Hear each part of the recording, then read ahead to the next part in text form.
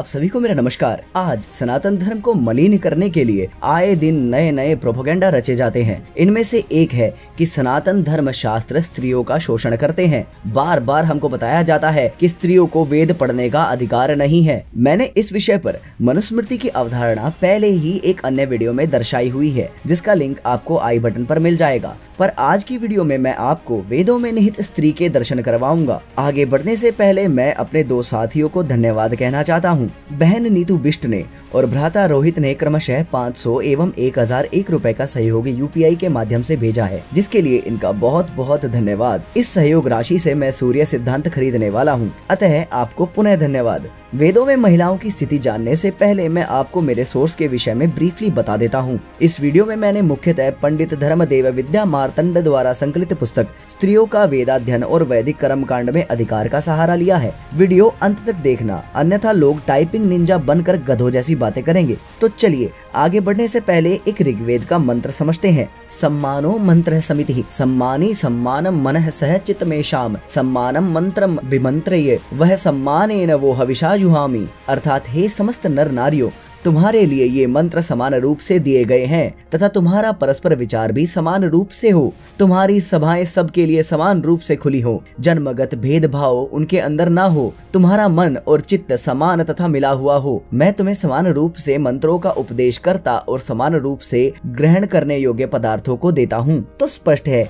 कि वेद व परमेश्वर कोई भेद नहीं करते। अब वेदों की स्त्रियों को जानते हैं। Chapter 1 Rigveda and women. सबसे पहले ऋग्वेद का यह मंत्र देखिए। चौदयत्री सुनित्रा नाम चेतंती सुमति नाम यज्ञम दधे सरस्वती। अर्थ है कि सरस्वती अर्थात विदुषी स्त्री मधुर और सत्य वचनों का प्रयोग करती हो और वैसा ही करने की अन्यों को प्रेरणा करती हुई, उत्तम बुद्धिवाद और परामर्श देती हुई सब प्रकार के यज्ञों को, ब्रह्म यज्ञ, देव यज्ञ आदि को धारण करती है। पर यहाँ कुछ लोग कहेंगे कि यहाँ देवी सरस्वती की बात हो रही है, ना कि किसी विदुषी स्त्री की। परंतु वेदों में सरस्वती शब्द विदुषी स्त्री के लिए भी प्रयोग होता है। अब इस विषय में प्रमाण देखिए। शतपथ का यह वचन देखिए, योषा वै सरस्वती वृषा पूषा। इस वचन में भी सरस्वती शब्द का प्रयोग विदुषी पत्नी के लिए स्पष्टतः पाया जाता है। वेदों के शब्द यौगिक होते हैं। जैसे निरुक्त का यह वचन देखिए, सर्वाणी नामानि आख्यात जानीति नैरुक्त समयः नाम च धातु जमः निरुक्ते। ये निरुक्त का प्रमाण है और इस दृष्टि से सरस्वती का यौगिक अर्थ ज्ञानवती व विदुषी है। अब ऋग्वेद का यह मंत्र देखिए, पावीरवी कन्या चित्रायु वीर पत्नी ध्यम धात। इस मंत्र में भी सरस्वती के साथ वीर पत्नी शब्द का प्रयोग हुआ है और उसके विषय में कहा है कि वह उत्तम बुद्धि और कर्म को धारण करती है। यहाँ से सरस्वती शब्द का विदुषी स्त्री के लिए प्रयोग स्पष्ट हो जाता है। परंतु मैं आपको एक प्रमाण और देता हूँ। यजुर्वेद का यह मंत्र देखिए, इडे रंते हव्ये काम्ये चंद्रे ज्योते अदिते सरस्वती मही विश्रुति एताते अग्ने नामानि। यहाँ स्त्री के गुण बताते हुए सरस्वती गुणवाचक शब्द की तरह प्रयुक्त हुआ है। अथर्ववेद का यह मंत्र देखिए, शिवानः शंतमा भव सुमृडिगा सरस्वती माते युयोम संदृशः। जिसका अर्थ है कि हे सरस्वती विदुषी पत्नी, तू हमारे लिए अत्यधिक शांति देने वाली और उत्तम सुख देने वाली बन, हम तेरी उत्तम दृष्टि से युक्त न हो। तो स्पष्ट है सरस्वती शब्द केवल माँ शारदे के लिए नहीं, अपितु एक स्त्री की विद्वत्ता को भी दर्शाने के लिए प्रयोग में लाया जाता है। अब ऋग्वेद का यह मंत्र देखिए, सरस्वतीम देवयन्तो हवन्ते सरस्वती मध्वरे तायमाने सरस्वतीम सुकृतो अवयंत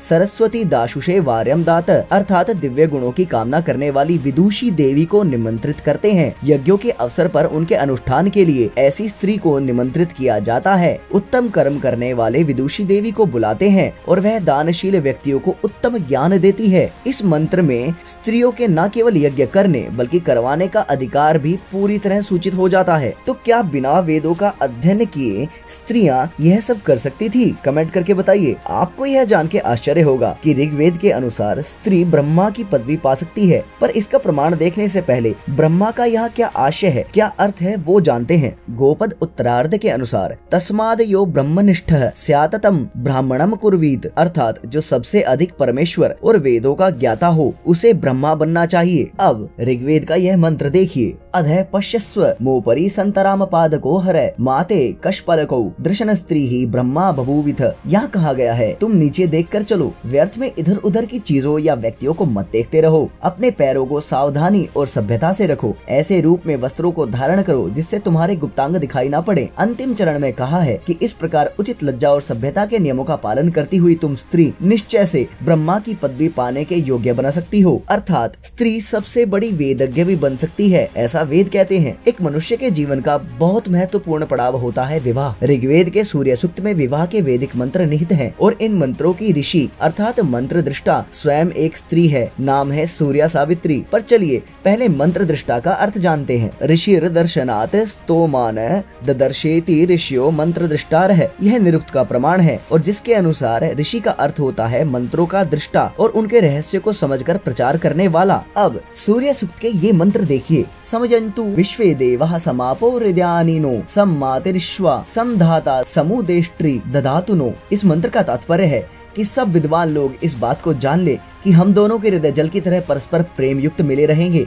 जगत का धारण करने वाला और प्राण स्वरूप परमात्मा तथा धर्म का उपदेश देने वाली धर्मोपदेशिका विदुषी हम दोनों के प्रेम को स्थिर बनाए। गृहान गच्छ गृहपत्नी यथासो वशीनी त्वम विदथम अवदासी। यह मंत्र विवाह के अवसर पर वधु को संबोधन करते हुए बोला जाता है और इसका अर्थ है कि तुम पति के घर में जाओ जिससे घर की स्वामिनी बनो, सबको अपने वश में करती हुई तुम ज्ञान और यज्ञ विषयक उपदेश करो।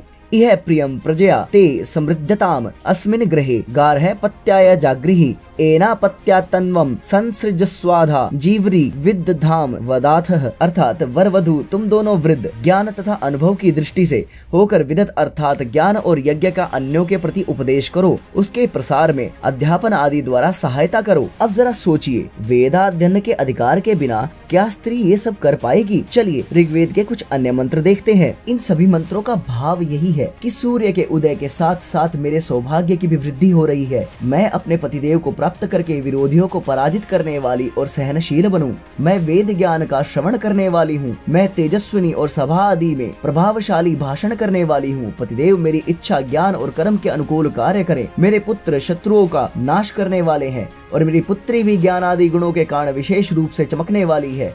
मैं स्वयं भी काम क्रोध लोभ मोह आदि शत्रुओं पर विजय प्राप्त करने वाली हूँ तथा मैं ऐसा व्यवहार करती हूँ जिससे मेरे पतिदेव को उत्तम यश प्राप्ति हो। इसके अतिरिक्त वेदों में अनेकों ब्रह्मवादिनियों का नाम आता है जिनकी सूची आपको वृदेवता के अध्याय 24 के इन श्लोकों में मिलती है। यहाँ आए कुछ प्रमुख नाम है गोधा, घोषा, विश्वारा, अपाला, उपनिषद, निषद, रोमशा, लोपा इत्यादि। तो अब आप ही बताइए, क्या ऋग्वेद में इस बात के भरपूर प्रमाण नहीं है कि स्त्रियों को वेदों का अध्ययन करने का अधिकार था? Chapter 2 Yajurveda and women. Yajurveda का यह मंत्र देखिए। त्र्यंबकम यजामहे सुगंधिम पति वेदनम उर्वारुकमिव बंधनादितो मुक्ष्येमामुतः। अर्थात हम कुमारियां उत्तम पतियों को प्राप्त करने वाले सर्वज्ञ भगवान को स्मरण करके यज्ञ करती हैं जो हमें इस पितृकुल से छुड़ा दे किंतु पतिकुल से हमारा कभी वियोग ना कराए। तो अब आप ही बताइए, यहाँ स्पष्ट तौर पर कहा जा रहा है कि कुमारियां यज्ञ कर रही हैं। आप सोचिए कि बिना वैदिक मंत्रों को जाने क्या कुमारियां यज्ञ कर सकती थी? चलिए यजुर्वेद का एक मंत्र और देख लेते हैं। इस मंत्र का आशय है, तू कुल की वृद्धि की कामना करने वाली घृत आदि पौष्टिक वस्तुओं का उचित प्रयोग करने वाली और दीप्ति युक्ता व तेजस्विनी बहुत बुद्धि और शुभ कर्म करने वाली होकर पृथ्वी पर सुखदायक अपने घर में निवास कर।